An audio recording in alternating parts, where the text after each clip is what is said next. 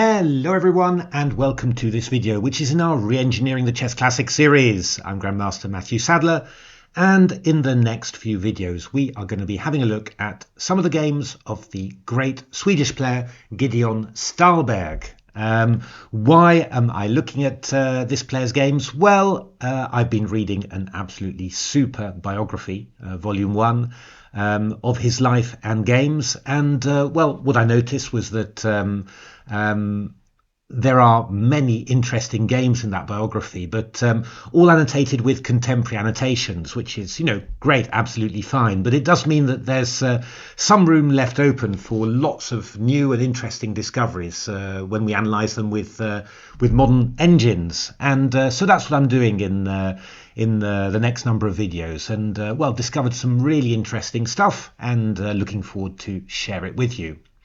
This game is between Stahlberg and Oskar Naegeli, played in the 1931 Prague Olympiad, the match between Sweden and Switzerland in the 13th round. Let's have a look how this interesting position came about. So d4, knight f6, c4, e6, knight c3, d5, knight f3, and now knight bd7. Yeah, I mean, black players were very keen on playing Cambridge Springs type openings, playing knight to d7, playing c6 and queen a5. And, well, Stahlberg was one of the people who got interested in not playing the bishop to g5, but playing the bishop to f4 instead against this line. Sometimes black played d takes c4, but c6 is also possible and kind of according to the template. But after e3, yeah, Naegeli didn't try and play the move queen a5. It'd be slightly less effective. I mean, one of the things about the Cambridge Springs is that with the bishop on g5, there's always the possibility of the queen attacking the bishop laterally, and also playing knight e4 and hitting the bishop on g5 and a knight on c3. With a bishop on f4, that doesn't really work so well. So Naegeli just played the solid classical bishop e7 and waited for well, for white to reveal his intentions. Stahlberg played the move queen c2. And this is a very typical idea. Actually, in the 1920s, 1930s, there was this big thing called the fight for the tempo.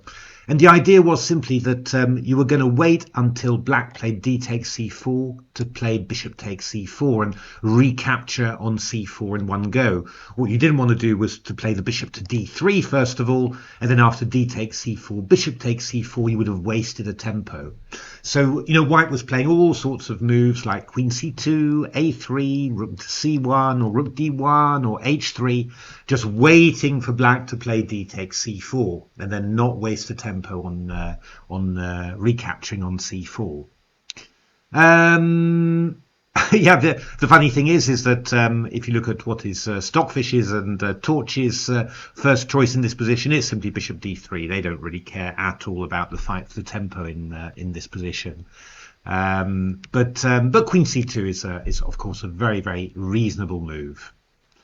Now, interesting, what Naegeli did in this position was to play the move knight h5, hitting the bishop on f4, and well, trying to highlight maybe a downside to playing the bishop on f4 rather than g5, namely that you can attack it and just win the bishop pair. Lots of possibilities here. The most common possibility for white in modern times certainly is to meet something like knight h5 with bishop e5. The idea then is if knight e5 you play d takes e5 and the knight on h5 is rather out of play. You're threatening g4 to trap it. Maybe you've got to play a move like g6, but of course after a later g4 knight g7, I mean the knight doesn't have a great future on g7. So bishop e5 is most common. And then what black often plays is to play the move knight f6. So you're looking for some sort of repetition. You're threatening to go knight takes c5 because after d takes c5 you could play the knight over to d7 and keep the knight active. And then white often plays the move bishop g3. And if black goes knight h5 again, well, what you can have a look at there is to play the move castle queenside. The idea being that after takes, we're playing very aggressively, and we've already got one attack on the h7 pawn. It's quite typical. You see this in a number of lines where white plays the bishop to f4. But Stahlberg didn't do that. Stahlberg played the move bishop d3. And what's the idea of it? Well, the idea of this is that after knight f4, ef4, d takes c4, bishop c4, you're reaching a very interesting pawn structure here. And this pawn structure was quite popular for white in the 1920s, 1930s. There's a very famous game, Alekhine against Rubinstein, actually which I analysed in my blog some years ago, where Alekhine set this up. Also a very famous game from New York 1924, Alekhine against Emanuel Lasker, where Alekhine lost a very quick game to the former world champion with the white pieces, so not really making the most of this structure. But what's the idea of this structure? It sort of clamps down on black's pawn structure. So with the pawns on d4 and f4 here, we're definitely stopping the break e6 to e5, and we're providing a very nice outpost on e5 for a white knight. We've also got a half-open e-file here, and we might even have a break like f5 just to open things up, open up the half-open e-file, also open up the a2 g8 diagonal. I mean, the key thing really, I suppose, is that, you sort of think, well, what black sort of maybe should be trying to do would be to try and play c5. If you're going to try and shake that white central control, then maybe you should play the move c5, which is easier to achieve. And well, in that game I mentioned, Alekhine Rubinstein. Rubinstein did play c5 pretty quickly, got a decent position actually, but got hit by a very famous Alekhine combination. If you give it this to the engines, and the engines obviously they're very concrete all the time, they're also looking for a quick c5. The one thing you've got to be careful about is that c5 can't be met by d5, which can be quite powerful. What the engines want to do, this is torch Stockfish and Stockfish torch, they play queen c7, hitting the pawn f4. After g3, they play b5, b4, bit disruptive here. And after knight e4, bishop e7, then they play c5. Quite concrete, quite sharp in actual fact. You've got the opposition of this, of the queens like this. The king is still in the center, but the engines think that they can get away with this and free all their pieces basically. But yeah, quite sharp, quite interesting. And it's not too surprising really that, well, in the 1930s, Naegeli may be facing this for the first time he'd seen it maybe. He went for something just a little bit more passive, but not that bad in actual fact. Played the move knight b6, and after bishop b3, played the move knight d5. So putting the knight on a good outpost, and also attacking this pawn on f4. And white played the move g3 here, just to defend it. And here there's a very interesting moment as well. What you're going to see in the next, I'd say 10 to 15 moves is a very big battle around the number of knights in the position. Because actually what white has got long term is the very nice idea of playing this knight round e4 into g5, following up with knight e5 and getting all sorts of pressure against the light squares on black's king side. And what the engines are often looking for is to actually exchange off one pair of knights and stop white from getting two knights attacking the black king side. And in this position, the engines are very keen on taking on c3, even, maybe after an initial castles, or even immediately.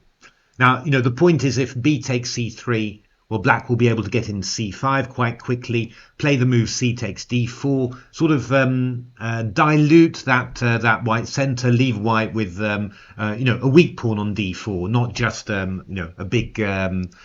big central wedge. And of course, having played c5, your light squared bishop is a lot freer, so you'll be able to get it out here, or with b6 and bishop b7. So what the engines want to do actually is to take on c3 in this particular position with the queen. They don't want to give black the opportunity to play c5. Castles, castles, and then quite interestingly, what are the engines aiming for? They're aiming for a5. Looking always to gain some space, gain some freedom. If you can't do it with a central break, you're going to do it by gaining space with a rook's pawn push. And well, let's show you just a typical continuation here. Knight e5, a4, bishop c2, queen a5. This is torch against stockfish.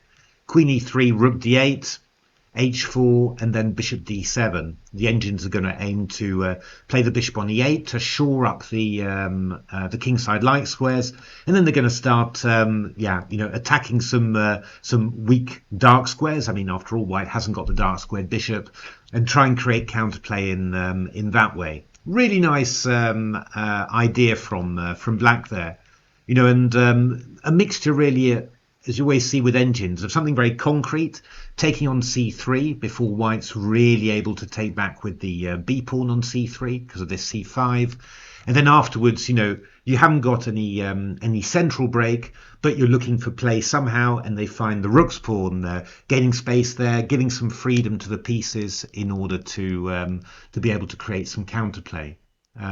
Really typical engine strategy, and again, not 100% intuitive, but well, when you know about it, you'll think about it next time. What Naegeli did was a little bit passive, played the move bishop d7, castles, and now the engines sort of feel that knight c3 is a little bit late, because after bc3, well, I mean, c5, you're just going to be met with d5. Castles, we go rook d1.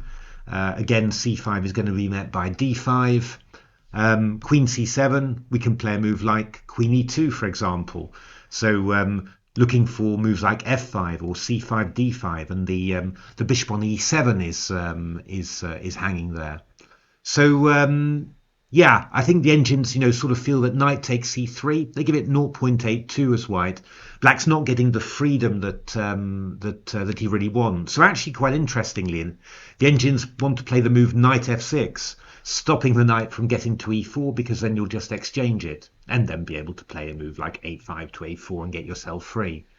But it's quite interesting to see that fight around the knights and the positioning of the white knights taking place, and you could be just completely unaware of it if you look at this game without engine assistance. And then when you look at it, you suddenly see, oh, there was that shadow fight going on within the position. Well, Naegeli played castles, and now rook ad1. Could again play knight f6 there, but rook c8 was played by black, and lots of ideas here. Rook e1 was played by Stahlberg. h4 is something that the engines are very keen on, preparing knight g5, also knight e4 to g5. And I think that, if you're looking at the evaluations, the engine's gradually creeping up for white here. I think they're feeling that all these moves for black, long term, they're not helping at all getting any counterplay. Whereas, white's just building up very nicely there. So rook e1 played, and now the move g6. If you go knight takes c3, the engines just say bc, and then you're going to follow up with knight e5, h4, and the engines consider that white's really in control here. I mean, this a5 to a4, well, you've played your rook to c8, it's no longer in there. c5, we're going to have stuff like d5 coming in. It's it's just not looking that great for black anymore. So g6 played, that's what the engines kind of want more a little bit. Now you've just got to sit there and take it, really. h4, the engines want you to play knight e4 now. Let's get this knight into g5, and let's start playing h4 to h5. But h4 is still a pretty good move. Queen a5 was played by Naegeli, and the engines don't like that at all. They really want you to play knight f6. I mean, it sort of holds back h5 a bit, and also holds back knight e4 a little bit as well. What you could also play would be to take on c3, and then the engines like the move h5 here, just stopping white from playing h4 to h5. And they don't think that this is too bad. Knight e5, you're going to play the move king g7, just defend g6. You'll go rook h8. in order to stop white getting too interested in moves like g4. You'll play bishop f6, and then eventually you'll aim for some sort of counterplay, maybe once you get it in with c5. I mean, white's got a pretty nice position, really. You know, very nice control. Black's a little bit passive, but the engines feel that you know, it's not going to be too easy to increase the pressure somehow. But there were, you know, wins for white in these lines. So, you know, in my engine games, which means that it's not that fantastic for black anymore. Naegeli played queen a5, which the engines really don't like. Well, I mean, I think, you know, you're putting a queen on a5. It's away from the king side, and what are you really going to achieve there, you know, for black? But I guess that Naegeli was trying to work out a way to get the pieces developed, and well, wasn't really sure what he was doing there. So knight e5 played by Stahlberg. Again, the engines kind of like knight e4, but knight e5 is still quite decent. Rook cd8. The engines want queen d8 in this position, but no human player is ever going to play that. And now Stahlberg played the move king g2. The engines want h5 straight away. It doesn't actually ruin anything what Stahlberg does, but you might as well get in h5 straight away. That's what you want to do, attack these kingside light squares. So king g2 played, and now knight f6 from Naegeli, trying to stop h5 here, but actually getting kind of dangerous. I mean, in many lines now, the engines are just saying, "Wah, h5 will just sack a pawn, open it up, and after knight h5 we'll move a rook to h1, and in we go." So you know, it's getting quite serious already. Knight e4 was played by Stahlberg, a decent move, but yeah, h5, knight h5, and now f5 is what the engines are looking at, which is pretty powerful. I mean, if you go e takes f5, we've got stuff like knight takes f7. I mean, it's then that you realize, oh, good lord, what is my queen doing? You know, if it's on d8, it's defending the bishop on e7. But in this way, you know, none of that's true, and this just ends up being really, really powerful. But again, it's a nice example of, you know, the use of this doubled f pawn somehow, obviously as support to an outpost on e5, but also as a lever for opening up the king side. And of course, what Stahlberg's done very well is keep the bishop on that a2 g8 diagonal, pointing at the black king. So knight e4 was played. I mean, what Stahlberg's looking for there is to try and exchange off the knight in order to get, you know, the pawn to h5. That's one of his ideas. So bishop c8 was played by Naegeli. The engines don't particularly like it, but they don't really suggest anything much better now. By now, bishop e8, we go knight g5, and we're hitting that square, and we're also looking to play h5. For example, king h8, we go h5, and then rook h1 takes, and we're just aiming to line up on the h file, and eventually just play the move g4 and hit f7. I mean, these sort of positions, the engines just say, yeah, but this is just huge for white. You're going to line up, you're going to triple up on here, and it's just going to be absolute carnage. Yeah, I mean, to me, this looks like very nice attacking chances. To the engines, it's +3 or something, you know. It's well, that's just the difference in insight, I guess. So bishop c8 was played by Naegeli, which, you know, humanly is a bit more natural, to be honest. You know, cover this e6 square, which is kind of the first thing that the white pieces are attacking, right? I mean, I'd be, you know, I feel that covering e6 is more important because that's the first barrier, you know, if white ever sacrifices anything on e7 or f7. And now rook h1. The engines, yeah, they like knight g5 here, just putting that knight on g5 and preparing to come in with rook h1 and h5 later. But rook h1 is pretty decent here. And now Naegeli played the move queen b4 in this position, hitting the pawn on d4. And yeah, now we start getting into a very interesting part of the game. I mean, so far, you know, white's strategy has worked really, really well. You know, I mean, getting those pawns on d4 and f4 just really clamped down on black's position, and black's ended up just, staying on the back three ranks and not being able to do anything at all. No c5 breaks, no e5 breaks, and white's just gradually moving the pieces over. Black could have played more accurately, swapped off a knight somewhere earlier, but really it's looked very smooth for white here. But here Naegeli makes kind of his first concrete threat here, attacking the pawn on d4, and this has a huge effect on Stahlberg. The engines, yeah, they're just completely bored by this, right? They just say, knight g5, just do that. I mean, if you go rook d4, we just shove in a little a3 just to be annoying, and then we play the move h5. And, well, I mean, look at this somehow. Yeah, I mean, all the attacks on all the light squares, this is all, all converging somehow all over the light squares. This can't possibly survive for black. And well, I mean, after knight h5, we just go rook takes h5, and obviously g takes h5 here allows queen takes h7, checkmate.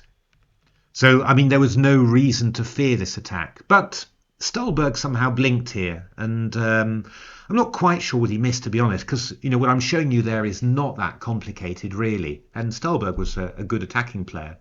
But he played the move knight f3, which is, yeah, I mean, rather, well, I mean, it's rather tame, isn't it, really? Just retreating a knight from an attacking position, just defend a single pawn there. And actually, the amazing thing there is that the engines go from, +3, +4 to virtually equal after this. Incredible, huh? So what do the engines want? Well, you can imagine, I think, they say, get that knight off. Great, we've got our position that we wanted again, where white's well, actually gone back a couple of moves. We've got this weak pawn on d4 to attack, and now actually black's got a number of possibilities here. I mean, this is what Naegeli played in the game as well. h5 is one idea that the engines want, just stopping h4 to h5 and preparing to just to start attacking that d4 pawn. I mean, I was wondering, could you do something like g4 and knight g5? Isn't this rather dangerous? King g7, h5. And well, I gave this line to the engine, and I was sort of thinking, well, what do you think you're doing here? But yeah, the engines, they find some very nice stuff here. Basically, queen d6 here, just giving some support to the e6 pawn. Why is that important? Well, if you go h takes g6, the engine just wants to play the move f5. Obviously, if you go knight takes e6 check, I just take off, and well, that was the point of playing queen d6. We can just swap off. We just swap off queens, and the position is just equal. And after a move like queen e3, we just take, and then go rook h8, and somehow you sort of really managed to absorb that attack. This queen on d6 protecting e6, also covering the dark squares and stopping the white queen from moving over to the king's side. Now the rook neutralizing the h file, and then you're just going to be able to take that g6 pawn, and then later the g5 pawn. Black's managed to absorb that whole attack in a very nice way. I mean, Naegeli played the move bishop f6, and what he was going for was some counterplay against the center with c5, and that's more risky. In principle, but it's not bad at all. Yeah, h5 was and bishop f6, they're actually equivalent. This is just 0.09 for white according to Torch. So h5 was played by Stahlberg, and now c5. So we've got some counterplay here. Yeah, I mean, the counterplay is not huge somehow, you feel, but I mean, taking on d4 doesn't look like a massive threat, but there's also another thing that black can do, and that's to play the move c5 to c4 and block the attack of the bishop on the along the a2 g8 diagonal, and that can be pretty significant because yeah, I mean, black's king side is fairly solid generally, you can say, and yeah, blocking out the bishop just means that you've got a few. Your light squares are just covered just a little bit more easily. But Stahlberg had a very nice idea here. He took on g6, and then played the move f5. I mean, moves like rook h6, we just go king g7 for the moment, and then we can play rook h8 and just neutralize the h file. So no worries there for the moment. But f5 was Stahlberg's idea, and the idea is twofold. open up that a2 g8 diagonal, and also after e takes f5, which you basically have to do, queen to f4, and now the queen's coming into h6. How dangerous is that? Well, it's actually pretty dangerous, but not actually winning. Naegeli sort of played a very reasonable move here, but actually it should have been losing on the spot. He played the move rook e8, so obviously looking to free the king to escape, f8 to e7 when white goes queen h6, queen h7 check. You might want to pause the video and do a little tactical exercise maybe, because white's got a very strong move here. And that's actually this move bishop takes f7 check, king f7, and then rook h7 check. Now if you go back here, then I go queen h6.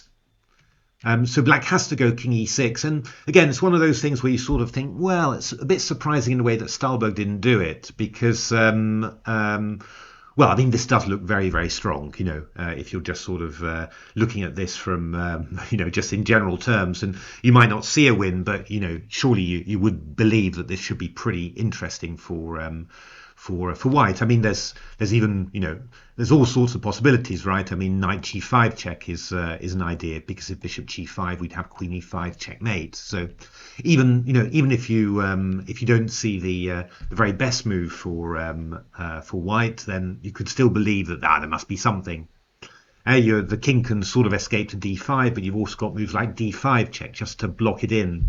The engines actually think that queen c7 is the very best move that that white has got. I mean, actually threatening the move queen to f7 check here, as well as keeping all these things in reserve, basically. Yeah, the best line that black's got is king d5, and then we go dc4, king c4, c6. This is quite nice. Threatening c takes b7, which is really nice, and now b6. And there's a very nice move here for white. I mean, incredibly unusual tactic. I don't think I've ever seen this one before, never quite in this setting. You might want to pause the video again and give yourself a little tactical exercise here, because white's best idea here is to play the move rook h d7. And the idea is this rook is kind of stuck there, and we're threatening to take on d8 and win a piece back, which would just be completely winning, of course. But yeah, if you go bishop takes d7, I go c takes d7, check, discovered check, and play, and afterwards I'm going to have d takes c8, and picking up the, winning back a rook, and you're remaining, of course, with, a black king that's in a disastrous spot there. I mean, these discovered check attacks, but this is the other way around somehow. The black king's on the white side of the board, and the white queen is on the black side of the board. I don't think I've ever seen a discovered check quite like that before. Incredible, and setting it up with c6 first of all, and then rook h d7. That's just extraordinarily beautiful somehow. But that was a not too difficult idea. Well, I mean, the finish is quite difficult, but yeah, again, you're slightly surprised. It was in a practical game. I mean, I think I'd be playing bishop takes f7, really with a big feeling of, okay, I'll play this sacrifice. Black's got to decide on king e6, and I'm sure I'll find something. That would be more my feeling about that. What should black have done? Well, black should have played the move c4. I mean, actually, we transpose into a line that we could have got there, but yeah, c4 was the move to block the bishop, and if queen h6, then we go rook e8, and we can escape that way. But anyway, after queen f4, rook e8, Stahlberg played the move queen h6, and now c4 was played. Obviously, with queen h6, you're threatening many things. Queen h7 takes f7, and also queen g6 check takes f7 afterwards. So c4 blocks that, protects the pawn on f7. So what did Stahlberg do? Stahlberg did something very sensible. He played the move knight e5. And of course the idea is if cb3, white's still got this idea, takes with checkmate. So what on earth can black do? Well, Naegeli played a very reasonable move here, but it turned out to be losing for an amazing tactical reason. The best move is here to play bishop g7. So just shielding the f7 pawn from the queen h7, king f8, and after bishop c4 we play the move bishop e6 here. And yeah, we're shielding the pawn on f7. Obviously, white sacrificed the pawn with f5, so giving back the c4 pawn. Black's not any material down at all. Yeah, white doesn't really have any ways to get through here. Something like bishop e6, we just go rook e6, and we're attacking the pawn, the knight. If you play a move like d5, we just go back, either bishop d7 or bishop c8, and we just leave this knight hanging here, and well, the bishop on here as well. If the knight retreats, we just win the c4 bishop here. So and all of these sacrifices just aren't any good. So bishop g7, black would have been absolutely comfortable. And yeah, I mean, I'm sure Naegeli saw that, and that this would not be so bad at all for black. But I think he got a bit more ambitious and decided, well, why don't I just play the move bishop e6? That seems incredibly good. I'm covering f7. I'm covering c4 as well. So, white doesn't even have the option of getting back the c4 pawn. I mean, this one is just going to be winning for black. Whereas bishop g7 looks, quite decent for black, but probably not winning. But here Stahlberg has prepared a really gorgeous idea. And you might want to stop the video and give yourself a little tactical test there. Because he played the move d5 in this position. And this is winning on the spot. What is black's problem here? Well, if you go bishop takes d5 check, which of course you'd like to do, I just go rook takes d5 here. And if rook d5, I just go queen h7 check, king f8 and queen f7. I've got rid of the protection of the f7 square. You might say, well, I can just go bishop e5 now. Haha! I'm killing the attacker of f7 in a different way.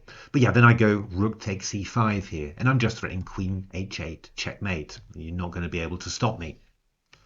So what else can I do? I could play bishop takes c5 there, but then I go d takes c6, and it's kind of tricky really. Again, I'm threatening queen h7 takes f7. So if you go rook takes d1, then queen h7 and queen f7 is checkmate. And yeah, I mean, obviously you can't take on e6 like this because I've got rook takes d8 check. You can't take on e6 like this because I've got queen takes g6, which is going to be all rather painful. So the best that black's got is bishop g7, and then I go check, king f8, and this one's actually not quite as obvious as you might think. You need a good move, good sequence of moves here to finish it off, and that sequence is e takes f7 with threatening queen g8, so you've got to take it back, and now this lovely move rook h6.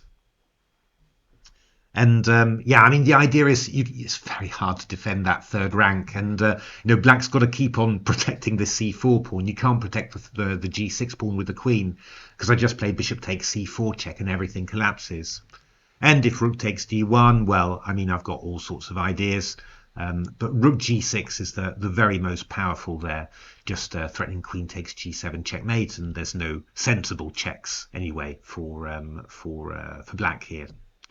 Well, I can go rook g1 check takes queen e1, but then I go king g2, queen e4 check, and I guess king h2 here, and black's all out of checks, and well, difficult to defend g7 and hold on to c4. All that stuff is just really very tricky indeed. And obviously rook h8, I've just got rook takes g7 check, all very important. So what we've got there is, what have we got here? So rook h6, yeah, that's the really powerful thing. So Naegeli played the move rook takes d5, which looks quite sensible. I mean, after all, we've got we're keeping this bishop nice and safe here, and we're taking back with the rook. Obviously, rook d5 allows bishop takes d5 check. But there's a really unpleasant point to it. And again, this is a mating pattern I don't think I've actually seen before. White plays knight g6, and it just took me a few seconds to realize, oh, queen h7 check is going to be mate. It's really quite strange. I mean, we've been focusing on f7 all the time, but this knight on g6 is actually covering the escape square of the black king. So queen h7 check is actually going to be mate. So rook takes d1, I've got queen h7. It's really, really quite nice. So black has to take on g6, and now I play queen g6. And the big point is, now you see the point of d5. It's dragged this rook away from d8, so it means that this guy is hanging. So if you play bishop g7, I've just got queen takes c8, which is obviously total carnage. And if you play king f8, then I've just got queen takes f6 check, and then rook h8 checkmate is going to be coming in next move. So after queen takes g6, that was curtains, and Naegeli resigned.